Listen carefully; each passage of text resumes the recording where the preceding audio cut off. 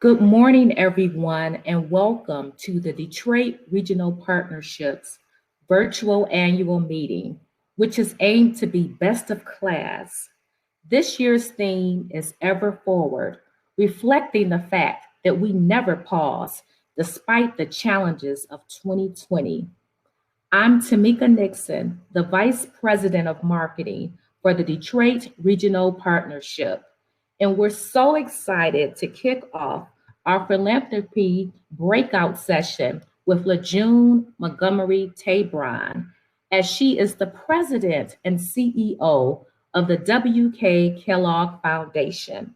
Before we begin, I want to go over a little bit of our housekeeping issues and how the breakout session will work. So this will be a 27-minute session. And if you have questions, you're certainly welcome to put those in our chat feature, and we'll try to answer as many as possible. So without further ado, I'll provide some highlights on our illustrious speaker's background. LaJune Montgomery Tabron is the president and CEO of the W.K. Kellogg Foundation in Battle Creek, Michigan, one of the largest private foundations in the U.S. As the president and CEO, Tabron leads the Kellogg Foundation in its work to support thriving children, working families, and equitable communities. Prior to becoming the first African American president and CEO to lead the foundation, she served in a variety of positions at the Kellogg Foundation after joining the organization as the controller in 1987. Tabron has played an active role in the Kellogg Foundation's racial equity, diversity, and inclusion for more than 2 decades, both internally through her work with its board and staff, and externally through its work with grantees, partners, and vendors. Throughout her more than 30 years in philanthropy, Tabron has participated in numerous sector efforts to enhance philanthropy, including the policy and annual conference committees for the Council on Foundations and the Development and Transparency Committee for Independent Sector. Please join me in welcoming LaJune Montgomery Tabron. Thank you, LaJune. Thank you. So we'll start with our first question here. And so let's start with your journey and the why. And if you could also enlighten us as to the significance of the number 9 in terms of it being an even number. I love that. Thank you. What a good way to start, Tamika. Thank you for having me here. Awesome. And yes, the number 9, it speaks to my heart. Growing up in a large family with 10 children, sometimes, names escape us. And if I haven't been called one of my sister's names, my nickname is also number 9 because I'm the 9th child of 10 children. And so for shortcut, they would just say, number 9, do this, number 9, do that. Well, later in my career, it was kind of symbolic for me to learn that I am the 9th president of the W.K. Kellogg Foundation. So once again, that number 9 has a special meaning for me. And during my tenure as the president and CEO, it's the first time the foundation reached $9 billion in assets. So that number 9 just sticks with me. And yeah, I say it's definitely an even number because for me, it has been the balance in my life. So it's just, I respond to number 9. If anyone wants to call me number 9, I know what that means, and you'll get a response. Awesome. So tell us a little bit about your journey and how you got here, LaJune. Yeah, so I'm from Detroit. Grew up on the east side, and I still have a residence in Detroit. Went to Okay. Cass Technical High School in the city of Detroit, and from there to the University of Michigan.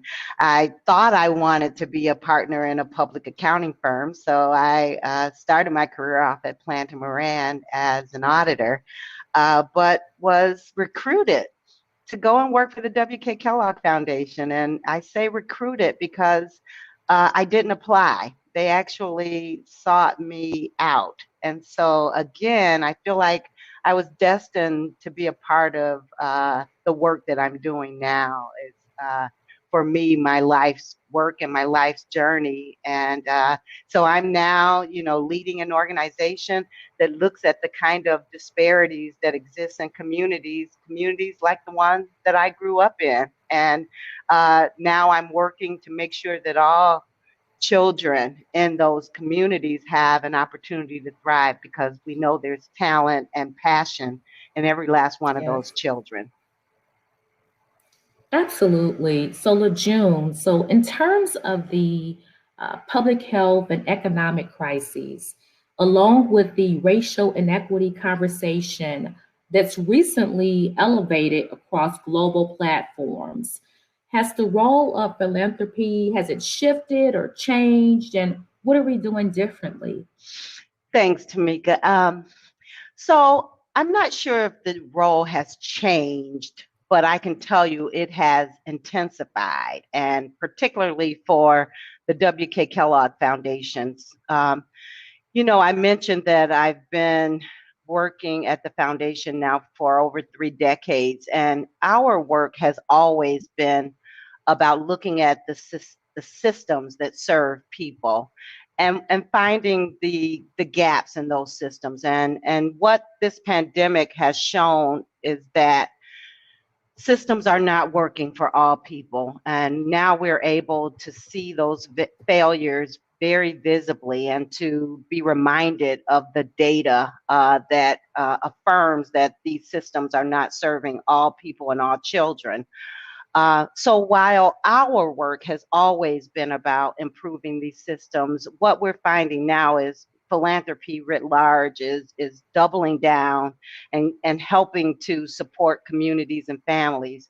What you're seeing right now is a level of collaboration in philanthropy, and you're also seeing an attention to what works and what's not working. And I believe that out of this crisis, we will be able to rebuild systems that are more equitable. At the Kellogg Foundation, when we talked about building equitable systems, as you mentioned, Tamika, we had to face the root cause of inequality. And for us, we found that the root cause of inequality is racism.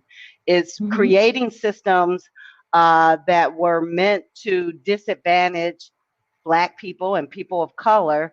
And now Mhm. we have inherited these systems, and we're finding that the systems don't work. The systems don't work for people of color, but sometimes they don't work for communities as well. And I'm hoping that coming out of this crisis, what we can do is rebuild and repair communities in a way where people have more equitable opportunities. And, we deal with these gaps in healthcare and in education and in economic mobility. Those three systems we're seeing every day. Not only are they not working, but we're seeing they're tied together. They're Yes. inextricably tied together. So as one fails, the other fails. And the compound effect of watching these systems break down will have a lasting effect on our communities and our people, particularly, those essential workers, those people who do not have as many choices in their recovery efforts. So philanthropy is just one structure that needs to step in. I think, our public sector needs to step in, and the private sector. I'm encouraged by the collaboration with the business community as we're trying to grapple with some of these major issues as well. Awesome. I know you touched on what's working and what's not working.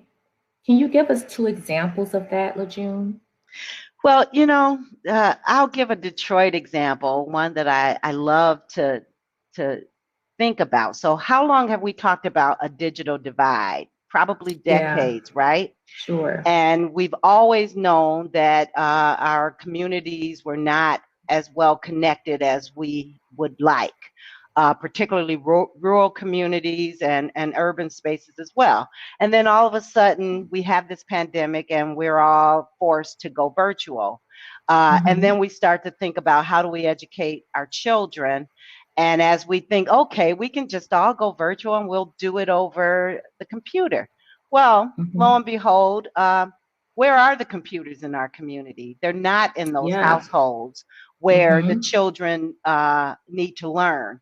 And so we found that there was a serious gap in the digital access in the city of Detroit, both from a bandwidth and a access to not only the hard technology, but access to the services. And Yeah. philanthropy and the private sector came together. We were a part of the effort to put a digital device in every household around the city of Detroit so that our children could learn, our family members could have access to look for job opportunities. And this is ongoing work. And that's Yes. just an example of how we see systems that aren't being well provided for every family. We take for granted in some sectors or some spaces that this technology is just evolving and we're all pretty fluid. And then we find out in a crisis that it is not so. And in order to make that access available, it has to be intentional. And that's something Yes. that we have to focus on, I think, in the future. I think our expectations of just a market flow doesn't work when you're talking about communities where people don't have opportunities. And so that intentionality has to be top of mind as you deploy any kind of advancement in a community. So that's just one Yeah. example. Yeah. Absolutely. In terms of the digital divide, if you will, um, when do you think that we'll see, sunshine at the end of the tunnel in terms of kind of leveling that playing field, if you will? Well, as I said, I think all these systems are connected. So, Mhm. yes, we definitely have more work to do in that space, but I think it's very much tied to our educational opportunities and how we begin to resource educational systems so that all children have the same access to the latest technology and resources to build their skill in this area. Again, there is a divide in how education is funded and how children and schools have the environment that they need to grow and thrive. We're particularly focused on the early childhood part of that continuum. And what we know in the city of Detroit, for example, is that during COVID, we've lost over 20,000 early childhood seats. And we were on Yeah. a journey to make sure that every child in the city of Detroit had access to an early childhood experience that would be a quality experience that would prepare them for K through 12. And instead of moving to fill the 20,000 seats that we started out with as a goal, that's now 40,000. So we know that if we don't double down and really provide resources in that educational space, we're not going to be building the kind of talent we need to grow the economic pipeline. So it's all tied together, and I think this is a moment that calls for leadership from philanthropy, from our city government, our state government, our federal government, as well as the business sector. I think if we work together and we are honest about the gaps that exist, and we are committed to creating new systems Yes. that provide equal Mhm. opportunity, I think we can make some Mhm. progress. And this is an opportunistic time.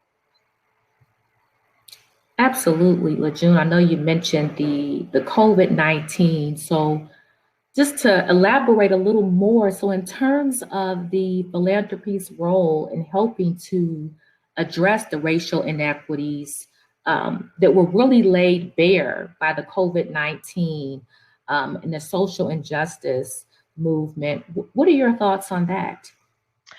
Well, I of course at the Kellogg Foundation, we knew that we had to be there for our communities and our grantees. And for us, this is what we were built for.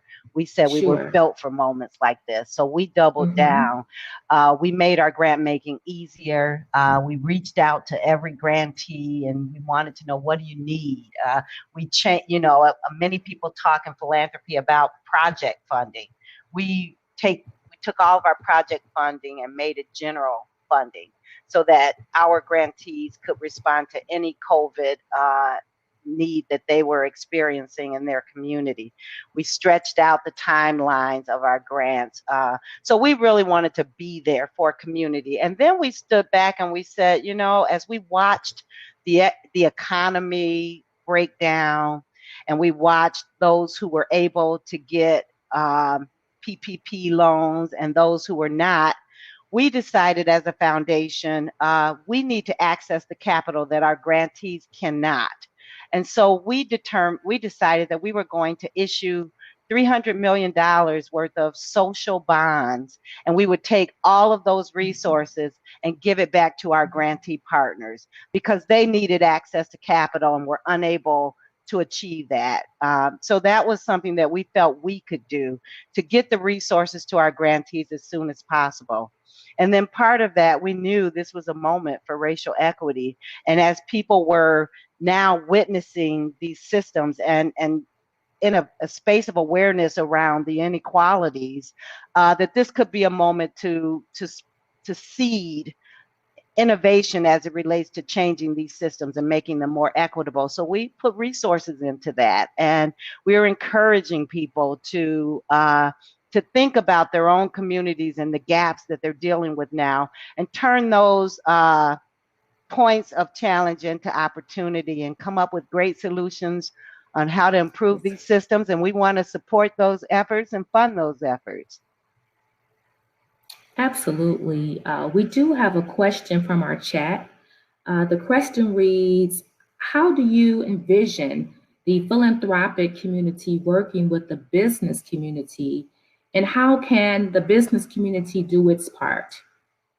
Thank you. I love that question. Mhm. We are working with the business community. And first, I want to just acknowledge our business community, particularly in Detroit, but throughout the nation. I think they are stepping up. And in the case of the Kellogg Foundation, we've we are partnering very deeply with the business community. And I want to give you a couple Yes. of examples in that regard. After the murders of George Floyd, we saw Yeah. many companies step up and say, this is unacceptable, and we Mhm. do have leverage. We can be an ally in this work, and we are going to look at how we create equal opportunity from the inside out. And many businesses started working, not only collaborating with philanthropy, but looking within their own organization and saying, what are we doing? What can we do not to be complicit any longer as we watch inequality play out on our TVs? And at the Kellogg Foundation, we launched an effort we call Expanding Equity. And this is a partnership with the Mhm. business community and McKinsey. And what we wanted to do was work with those businesses that wanted to go Mhm. deep into the diversity, equity, and inclusion space, and to Sure. think about how they could create equality within their own organizations and companies, and then be partners and champion this work so that it scales across the nation. So we started our first cohort in the financial services sector. And why you would say financial services, and it's because we thought about the leverage we had with our investment portfolio, and we said, we're investing in these large financial service companies, and yet less than 1% of ownership and wealth in this field is of people of color. And so we went to our partners and said, do you want to be a part of really providing equal opportunities and equity within the financial services sector? We had our first cohort. We did this work. They came up with very practical solutions, like how do you build an internship that is with people of color, so that and they talk about it as 100 interns. If every company did that, we would start building new opportunities for people of color to join these firms. But the other thing they thought about was is not just a recruitment effort. We've done that. And what we see in our companies is that what they call, we have this leaky bucket. So we bring people in, but they leak out. And by the time you get to the C-suite, they no longer exist, or they're very scarce. And so what these companies have done is put practices in place to think about sponsorships in their company, to think about how you build promotion pathways that are equitable, where everyone has an equal opportunity. And we created such practical solutions in partnership with McKinsey that the first cohort was so successful that now we've launched our second cohort. And this time we're in the consumer products industry, and many of those companies have come together. And these are Fortune 500 companies who are saying we're not doing enough, and we want to work together. We want to learn about what it's like to be in our own company as a person of color. And that's part of the work that we're partnering with McKinsey to show them. We actually, we survey their own company, and we come back and give them the voice of the person of color in their company, and we show them in their own environment where the gaps are and where the opportunities are falling short. And they're making these changes real time. And we want to continue this effort because I do believe that the business sector can be a huge ally, and they have the opportunities, and then they can help us reach back into early childhood education and make sure that we're building a good pipeline of workers for the business sector. Thank you, LaJune. We have another question from the audience. It reads, the report suggests that African Americans are not living in states and regions that are experiencing the fastest economic growth. Do you think that there is corporate redlining? That's an interesting thought. What I would say is we have to do work in all of our regions. Redlining assumes that that there are some places where people are getting opportunities, and I think what we've created is systems where many people do not have opportunities. And so what I believe is, I believe in the regional approach, first of all, and the Detroit Regional Partnership is just one example of that. But what we've been doing from a regional approach is looking and cooperating across a space where we know mobility should exist and opportunity should thrive. And what you find in where we don't have the collaboration regionally, there are a lot of gates, and there is a lack of mobility for people to have opportunity for employment. Transportation has been a problem in many regions for a very long time, and we do know that the original transportation policy was built on racism. And there's a reason why people were trapped in communities and couldn't get out. So where we have regional partnerships where people are starting to understand that trapping talent within these spaces hurts all of us. And where we create mobility and a thriving economy because people can seek opportunities, the whole region improves. And so I think a regional approach to looking at these systems that have failed people of color and trying to rebuild them in a way that creates equality will make the communities and the region thrive together. Thank you, LaJuna. We have time for one more question from our chat. It says, if you know transformational change can take a long time, how do we keep the current intentionality and increase effort around educational equity over the long term, after there's been some urgency with the pandemic fads. Yeah. So I agree that this is a long-term game. This is not a crisis situation. We talk about this. We say there's 4 phases to this work. There's the repair, right? So first you respond because there's a crisis, but then you have to recover, you have to repair, and you have to rebuild. And that's a very long time horizon.